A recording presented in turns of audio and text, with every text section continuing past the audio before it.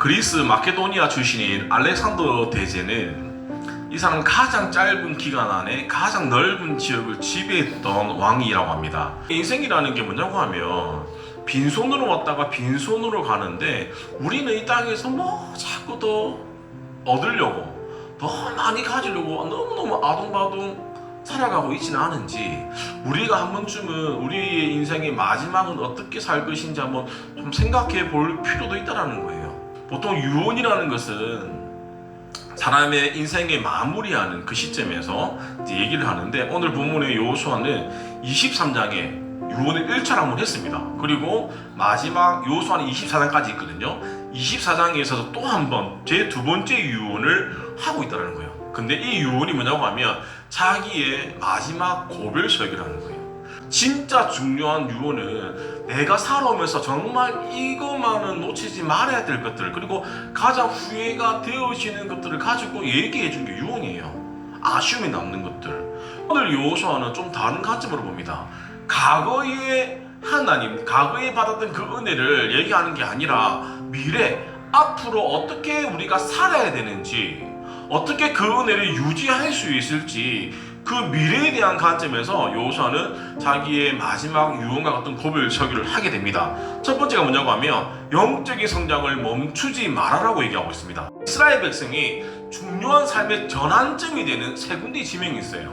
첫 번째가 길갈입니다. 두 번째가 어디냐고 하면 실로예요. 길갈은 세례를 받고 우리가 하나님의 자녀로 살겠다고 결단한 곳이라고 하면 실로는 하나님의 자녀로서 삶 속에서 하나님을 예배하고 찬양하면서 살아가는 곳이 뭐다? 실로. 세 번째, 세겜입니다. 여호수아의 메시지는 영적인 성장을 멈추지 말고 계속적으로 주신 그 은혜를 가지고 더 받을 것들을 기대하면서 계속적으로 성장해 나가라라고 여호수아가 말씀하고 있죠. 근데 영적 성장이 중단된 삶은 어떻게 되냐고 하면 앞으로 주실 그 하나님의 복을 누릴 수가 없다라는 거예요. 또 하나, 앞으로 복을 누릴 수 없기 때문에 내 사명을 더 확장시킬 수가 있다 없다? 없다라는 겁니다. 내 사명을 더 잘 감당하기 위해서는 나의 영적인 성장을 멈추지 않고 계속적으로 달려가야 된다라는 거예요. 특별히 우리는, 예수 믿는 우리는 지금에 만족할 것이 아니라 좀 더 주실 것들을 기대하면서 우리가 부지런히 성장해야 되는데, 특별히 신앙생활을 어느 정도 하다 보면 안정감이 생기는 거예요. 그 안정감은 이 정도만 하면 됐지, 그 안정감이 하나님이 나와 함께 해주시기 때문에 내가 뭐든지 할 수 있어가 아니라 이 정도면 이제 나 좀 쉬어도 돼. 자, 그 기준은 누가 정하는 줄 아세요? 우리가 정하는 거예요. 누굴 통해서? 내 주위에 있는 사람들을 보면서. 자, 그러면 주위의 기준을 어떤 사람을 정하냐에 따라서 내가 더 분발할 수도 있고 내가 빨리 안식할 수도 있다는 거, 쉴 수도 있다는 거예요. 하나님은 우리를 어떻게 만드셨냐고 하면 창세기에 보면 심히 보시기 좋았다라고 말씀하고 있습니다. 하나님의 모양과 형상대로 사람을 만들었다는 거예요. 그리고 나서 담기만 하면 끝나는 게 아니라 모든 것을 다스리는 권세를 우리에게 뭐 했다? 주셨다라는 거예요. 자, 그러면 천지를 다스릴 수 있는 능력을 주셨기 때문에 하나님 닮은 사람은 굿이 아니라 베리 굿이 되어질 수 있다라는 겁니다. 하나님이 첫 사람인 아담을 만드시고 나서 아담이 하나님 만드신 동식물을 이제 이름을 정해야 되는데, 아담이 이름을 부르는 것이 뭐가 되어집니까? 이름이 되어진다는 거예요. 자, 하나님이 왜 사람을 만드시고 베리 굿이라고 했는지 단편적으로 볼 수 있는 부분입니다. 우리가 이름을 정할 때 쉽지는 않죠. 지금 전 세계에 동식물이 몇 종인 줄 아세요? 2011년도 8월 24일 경향신문이에요.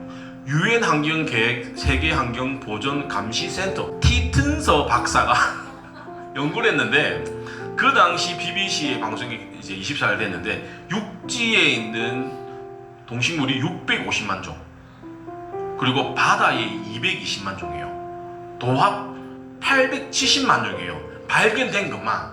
아직 발견되어지지 않은 종도 있겠죠. 그러니까 발견되어진 종만 870만 종인데 그 870만 종의 이름을 아담이 뭐 했다? 지었다라는 거예요. 자, 그 870만 종의 이름을 뭐 했다? 외웠다라는 거예요. 외우니까 이름을 지을 수 있겠죠. 암기의 능력이 아니라 컴퓨터 수준이라는 거예요. 그러니까 하나님이 그렇게 좋게 아담을 만들어 놨는데 그 아담이 죄를 짓고 나서 오늘에 우리가 이르기까지 우리가 본질 사명을 잃어버리다 보니까 어떻게 됩니까? 그 베리굿이 없어져 버린 거예요. 하나님은 분명히 우리를 비상하게 만들어 놨는데 우리가 본질이 아닌 비본질을 쫓아서 살아가다 보니까 그 명석한 우리의 두뇌가 그냥 일반화되어질 수밖에 없었다는 겁니다. 또 하나가 뭐냐고 하면 우리의 교만함 때문이에요. 아니 이 정도만 하면 돼. 더 이상 안 하려고 한다는 거예요. 암송도 마찬가지입니다. 내가 하려는 의지가 있으면 잘하든 못하든 다 할 수 있는데 난 이까지만 하면 돼. 이러면 더 이상 안 한다는 거예요. 우리도 마찬가지입니다. 신앙생활 할 때 나는 이 정도만 하면 되겠지라고 생각하면 더 이상 할 수 있음에도 불구하고 안 한다는 거예요.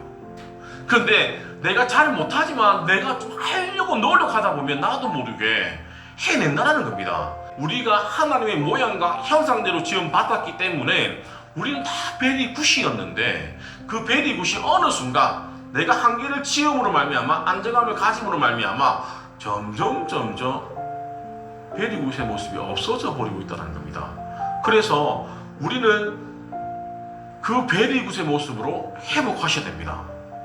할 수 없는 부분이라 할지라도 능력 주시는 자 안에서 내가 모든 것을 할 수 있다는 자신감을 가지셔야 됩니다.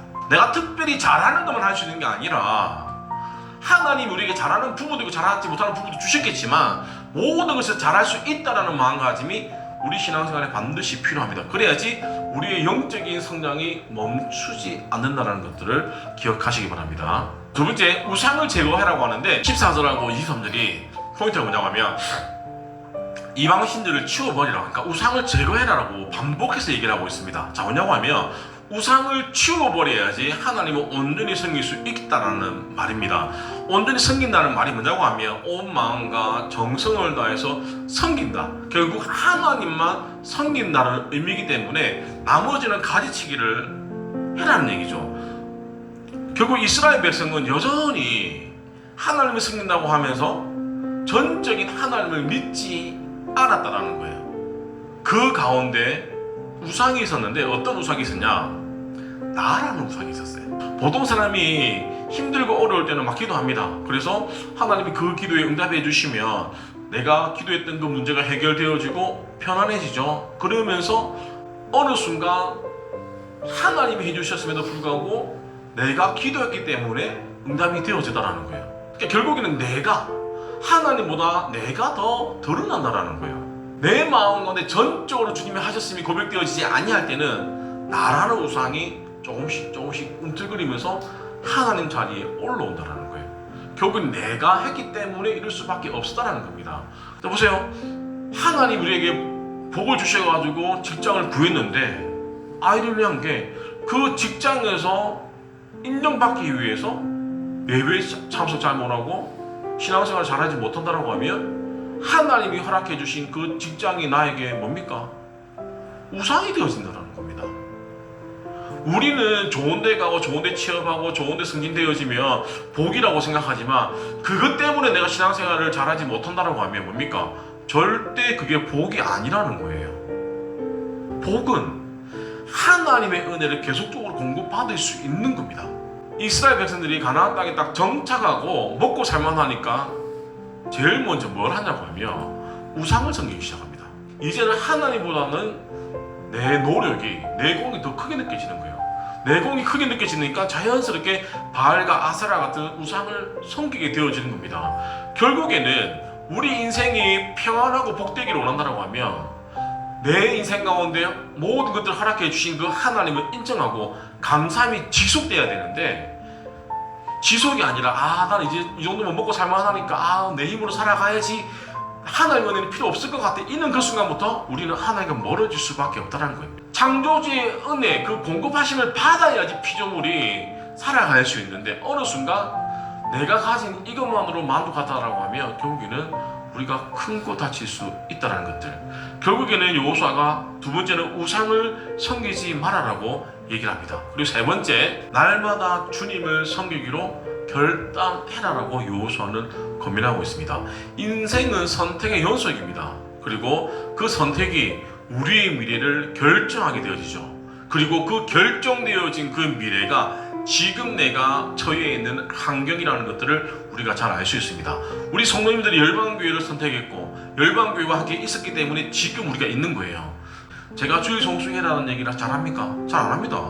왜요? 당연하게 생각하고 우리가 그렇게 신앙생활 하니까 잘하는 얘기를 굳이 할 필요는 없죠. 그 정도의 수준이 된다는 거예요.